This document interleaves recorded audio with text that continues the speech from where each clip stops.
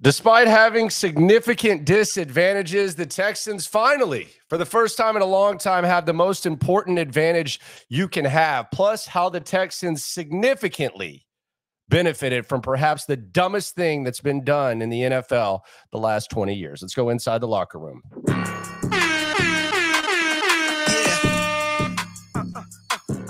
Yeah. It's the locker room on YouTube. You know what it is. Let's get it. Hey, locker room. Yeah, we in the locker room. Texas talk. Yeah, you know what we about to do. Localize every angle is what we really Welcome do. to the locker room, number one source for Texans daily digital content. I'm Landry Locker. You can hear me Monday through Friday, 10 to 2, Sports Radio 610 and the Odyssey app. We had Bobby Slowick on the show earlier this week. It was fun to get to know Bobby. Download the Odyssey app. Check that out. We got players, coaches, exclusive interviews every Thursday and the daily digital content here. Whether you're a Texans fan or not, this is the place to come to get the pulse of what's going on. Please subscribe, like, ride along. You will benefit and at least get the pulse of the Texans who haven't been really worth getting the pulse of the last few years. But business appears to be picking up, and that's kind of where I want to start. I'm not going to go in depth on a breakdown. There's plenty of places where you can go get, inside the numbers and stuff like that. And there's a lot of really, really good resources to do it. But I like to think shortest term and then long term and the stuff that could matter down the line. And I think this week in the NFL, week 4 started off with just kind of a reminder of, despite the fact that the Texans have done some silly things to get themselves in the situation that they were in and maybe the situation that they're still in. And there's a lot of draft picks that we can talk about and question specifically from the 2022 draft. The fact that Jacksonville made perhaps the stupidest decision that has been made in the draft in a long time, it means that the Texans aren't, the chase isn't as intense as it would be. And that's where I want to start with my first thought of 10 thoughts here in the locker room. The Jags not taking Aiden Hutchinson, it's almost, I think it's the dumbest thing that's been done at the top of the draft. And I know we can talk about Zach Wilson, we can talk about Trey Lance, and I'm talking like in recent history, but I don't fault teams for missing on quarterbacks. Like, a lot of times it's not blatantly obvious, and quite frankly, more times than not, the quarterback's not going to be good instead of being a really good franchise guy. That's just the odds. That's just what it is. We went through quarterbacks selected in the first round. More times than not, they don't end up being good. So I don't fault teams, especially with the current structure, for swinging and missing on quarterbacks.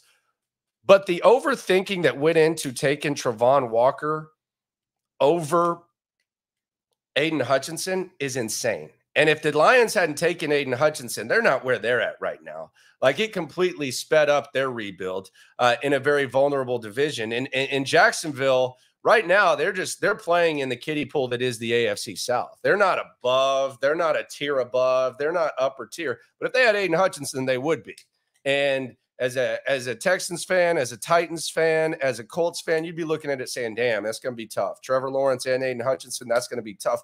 Instead, they got Travon Walker.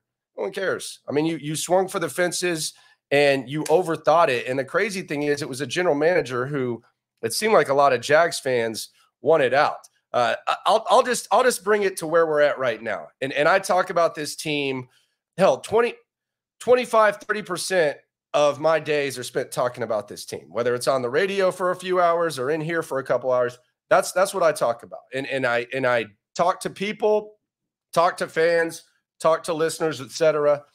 Talk to people who cover the squad. This week, all anyone is saying, and rightfully so, and we'll get to this in a sec, is TJ Watt, man, how are they going to block TJ Watt, man? TJ Watt can win a game by himself. That's a game-wrecking guy. With this depleted offensive line, how can they block TJ Watt?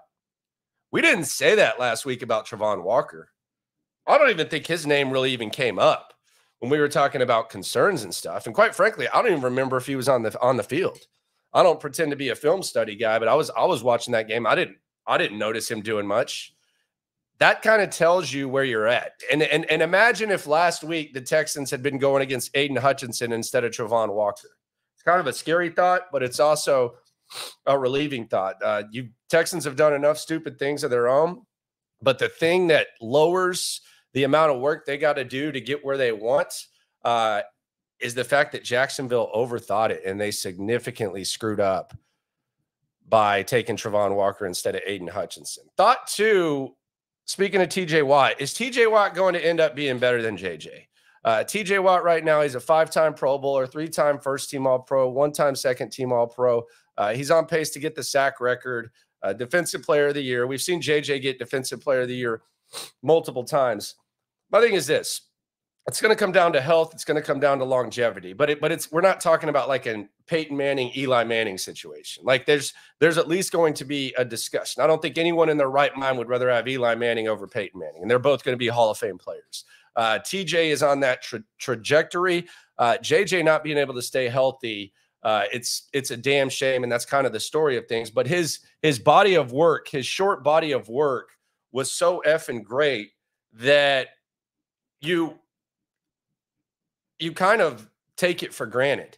But I think that 3-year stretch, that 4 or 5-year stretch that JJ Watt had, I don't think anyone I've seen the closest thing I've seen like in his era of duplicating that has been Aaron Donald. And I don't even think TJ, even with his great body of work, is quite as dominant as JJ. You make a case he was the best player in the league for multiple years. TJ is definitely one of the best. Thought number 3, the first feeling of the QB advantage. Oh my goodness. We talk so much about football. We talk about trenches. We talk about all this gray area and stuff. Sometimes a wise man once told me it's just about the quarterback. We know that here. We know what it's like to have poor quarterback play. We know what it's like to feel like you have a quarterback, and then that kind of comes tumbling down. This is the first feeling in a long time, first time in a long time since 2020, that you look at the Texans, even though it's early, and you say, all things aside, CJ Stroud is much better than Pickett. I think we can all agree with that. Maybe they won't agree on that in Pittsburgh, and Pittsburgh's a little bit out of control. This is one of my favorite polls ever. I'm not saying this to pick on Filipponi or Steelers fans, but this was amidst all the hype of Pickett in the preseason. And this is a large chunk of Steeler fans. We're talking 6,300 votes here. If you could trade Kenny Pickett for Caleb Williams straight up, would you do it? 61% of them said no.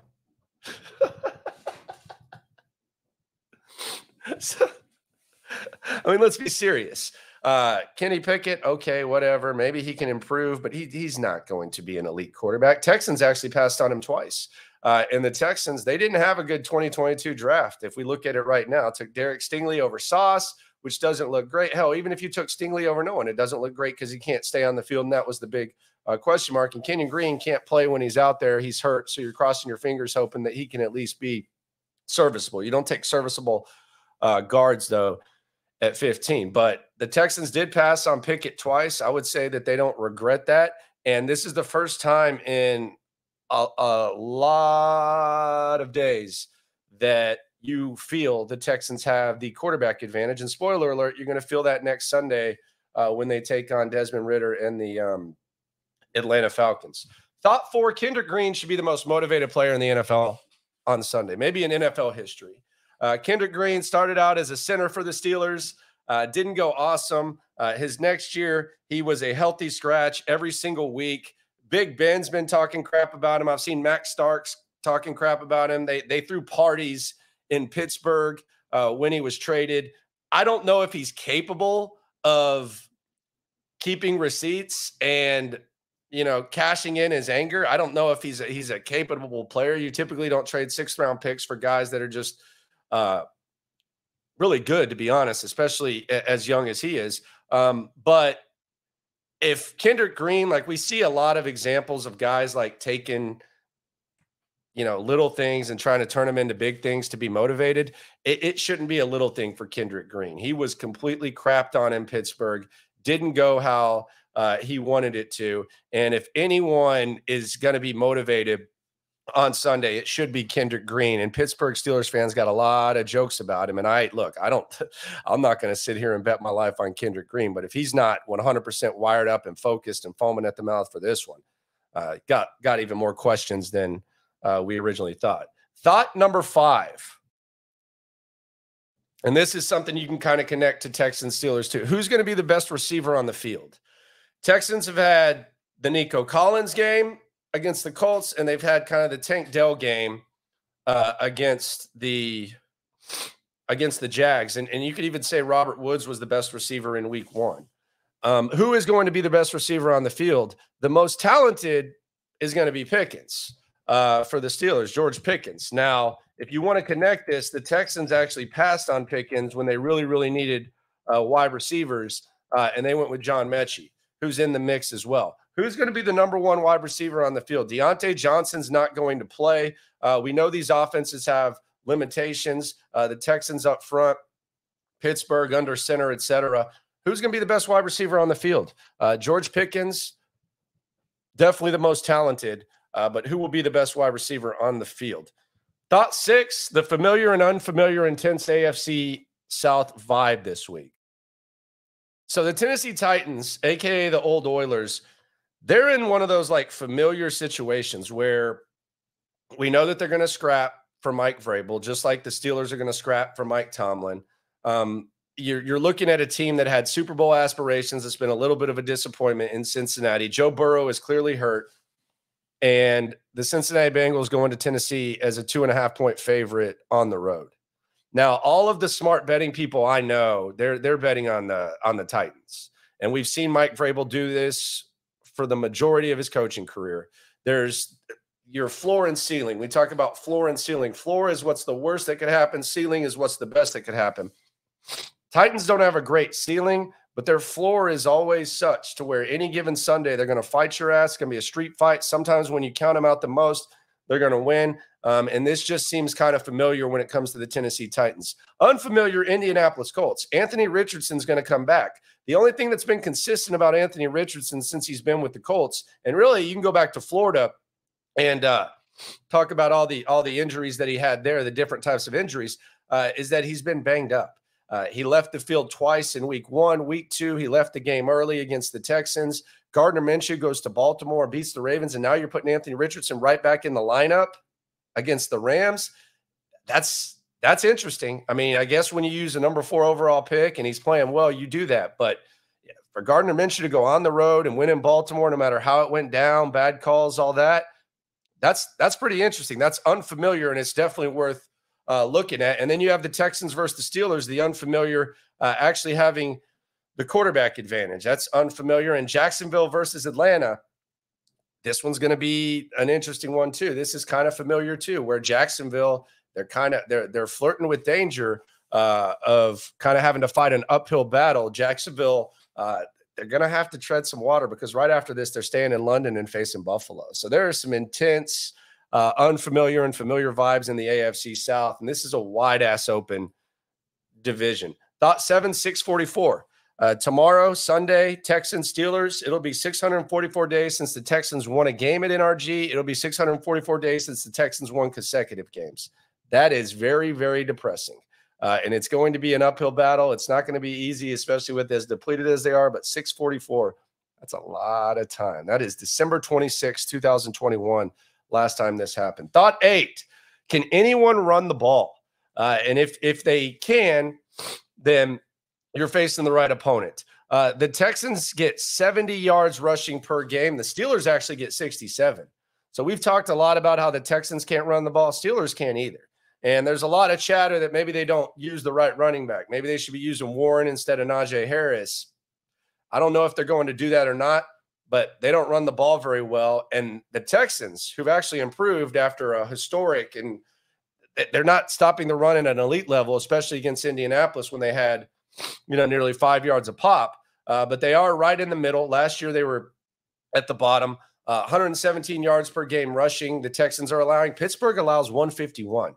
So that's not typically what you think about when you think about Pittsburgh, but neither one of these teams can run the ball, and neither one is stopping the run at an elite level. Pittsburgh's actually stopping it at a very, very poor level. Now, Texans' offensive line might kind of equalize that, given the fact that they're so depleted. Thought 9, could this be the Will Anderson game? We're talking a lot about, J.J. Watt, T.J. Watt, game wreckers, historic, all that type of stuff. Will Anderson Jr. was number 3 overall pick. Will Anderson Jr. has had a hell of a season so far. He's been borderline Pro Bowl caliber. blocked the field goal last week, had the sack in week 1. He's been consistent. He's been the pass rush win rate has been solid, been good against the run. Could this be the Will Anderson game? With that, I know that there's media types, national media types, rightfully so, who want to write the story. J.J. Watt honored, and his brother does what J.J. did for so many years. That's a perfect story. How about J.J. Watt honored? Will Anderson takes the torch as the next great Texans defender. He's got the potential to do it. It'll be interesting to check that out. Number 10, what would a win do? If the Texans win this game, and they're going to get help in a big way off of injured reserve, they're going to get Titus Howard back. They're likely going to get Juice Scruggs back, figure out where to put him in. Patterson's actually been pretty good at center. He doesn't get talked about enough, but he's actually been improving steadily. And they're going to get Cam Johnston back for that third phase punting. And who knows what happens with Tunsil, et cetera. But they're going to get some help. If you improve to 2-2 after all the injuries that the Texans have been through, and you look at everything going on with the AFC South, man, it could be a very, very interesting week. But the bottom line is this. To reset kind of what we talked about here in the locker room, number one source for Texans daily digital content. When it comes to the long term, the Texans benefit from Jag stupidity. And when it comes to the short term, the optimism is high. You're feeling pretty good about yourself, although you got to be terrified that TJ Watt is coming through. Appreciate you for coming. Subscribe, like, pause. Right along. It is the Locker Room, number one source for Texans daily digital content. I'm Landry Locker. You can hear me Monday through Friday, 10 to 2. No matter what happens when it comes to the Texans, we are all in this together. Here's to an awesome week of college pigskin. Yeah. Yeah. It's the Locker Room on YouTube. You know what it is. Let's get it. Hey, Locker Room.